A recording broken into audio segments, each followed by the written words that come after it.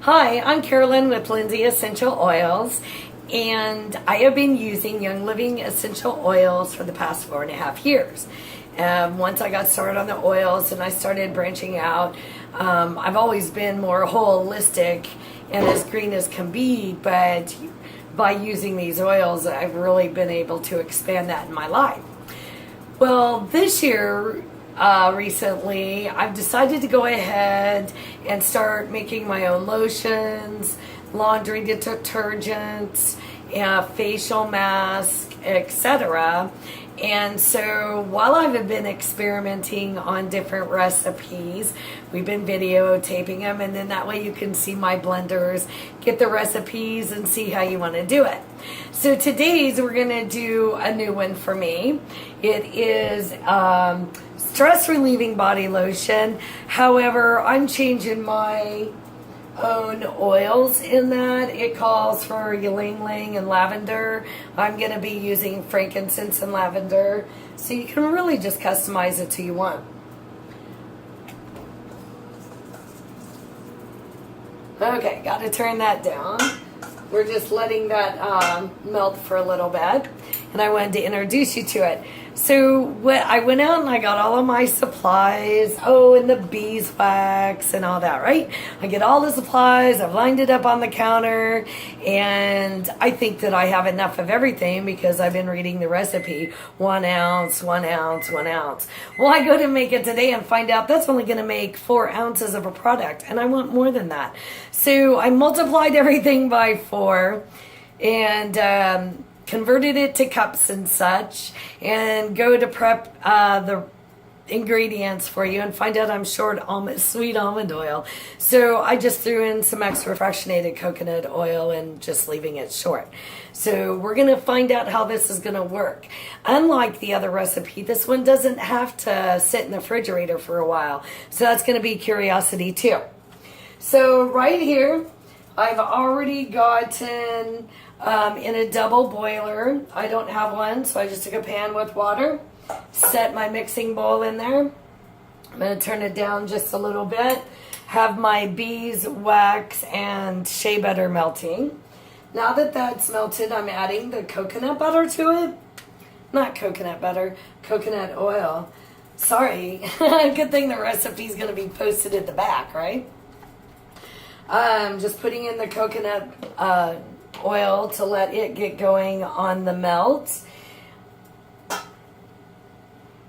So that should get going right away.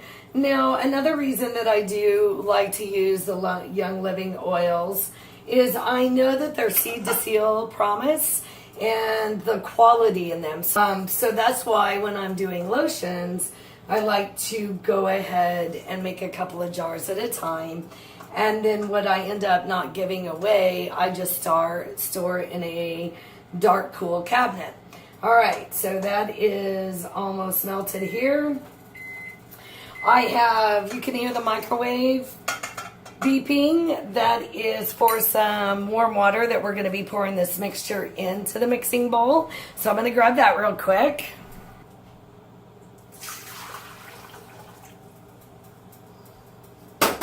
I'm just going to let that go ahead and start to cool down there. That is distilled water. It calls for 4.5 ounces. I converted everything, so it's 2.25 cups minus what just spilled. Right? We have the coconut almost melted. Take that off the heat. Get this set down. Finish mixing off the coconut oil. And then I went ahead and just mixed the 1/4 cup of jojoba, the fractionated coconut oil, and the extra amounts I'm using for the short mixture, the almond oil. And then the almond oil all goes poured in here. So we're going to get all this stirred in here. You want to get it mixed up really good. And then we're going to add this to the warm water mixture that's in the mixer. It calls just to be hand mixed for a few minutes.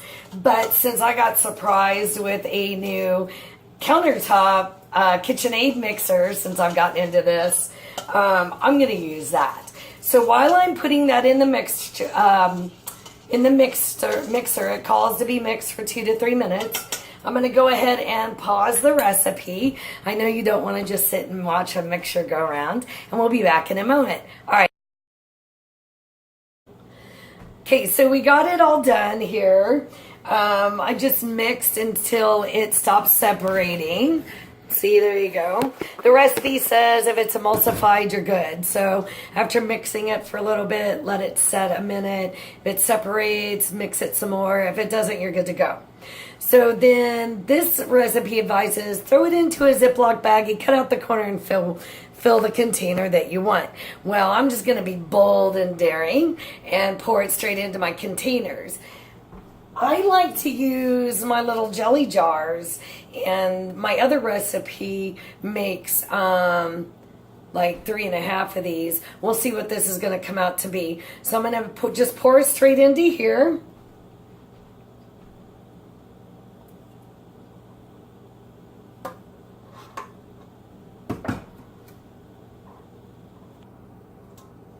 So this is what it's going to look like. It's got a nice color to it, I think. Smells great. And then the rest, I'm going to just make little samples. All my friends love these lotions, so I want to do a comparison for me. So thank you for staying and watching. The written out recipe will be at the end of the video. And I'm also blogging now, so you can find the different DIY recipes on my blog, under the videos on my Facebook page, or there's a YouTube channel. I'm gonna start doing several recipes maybe once a week because I want to learn how to do these, make my life more chemical free in any possible way that I can. Thank you. Have a great day. Bye. Okay, side note. So once I got everything bottled up, multiplying this recipe by 4 does give you 3 full jars of these and a dozen of these. So I didn't have to worry about having any extra. I just wanted to let you know the amounts that it made. And that I have enough stash to go for here for a little bit. So thanks again. Oh, PSS. Make sure that when you're scraping your bowls, you don't want to be putting oils down your drain. I'm going to scrape all the bowls into my trash, right? Want all that oil going down your drain since they do harden. So make sure and scrape that out in your trash. Alrighty, enjoy your new lotion.